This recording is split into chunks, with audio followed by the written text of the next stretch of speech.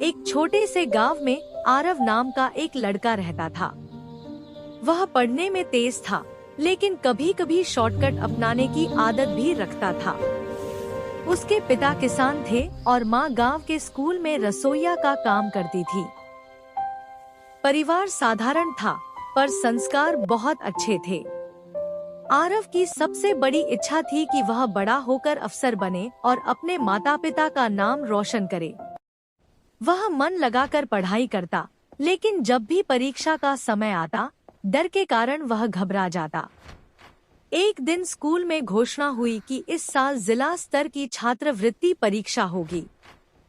जो छात्र पास होगा, उसे आगे की पढ़ाई के लिए अच्छी सहायता मिलेगी। आरव बहुत खुश हुआ। उसे लगा कि यही मौका है। परीक्षा से एक दिन पहले आरव का दोस्त मोहन उसके घर आया। मोहन ने धीमी आवाज में कहा, आरव, मेरे पास इस परीक्षा के कुछ सवालों के जवाब हैं। अगर चाहो तो मैं तुम्हें दे सकता हूँ। आरव चौंक गया। उसका दिल तेज तेज धड़कने लगा। एक पल के लिए उसे लगा कि इससे उसकी परेशानी खत्म हो जाएगी, लेकिन फिर उसे माँ की बात याद आई। बेटा, गलत रास्ता आसान लगता है, लेकिन मंजिल कभी नहीं देता।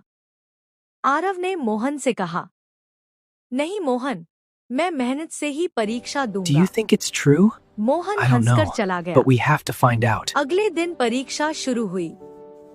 शुरुआत में सवाल आसान लगे, लेकिन जैसे जैसे समय बीतता गया, कुछ प्रश्न कठिन हो गए। आरव घबरा गया। तभी उसने देखा कि सामने बैठा छात्र चुपचाप नकल कर रहा है।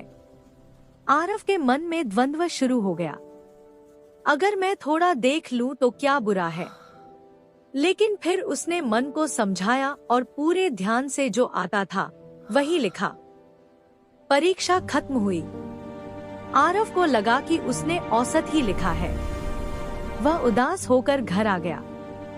माँ ने उसके चेहरे को देखकर पूछा, क्या हुआ बेटा? आरव ने सब सच सच बता दिया।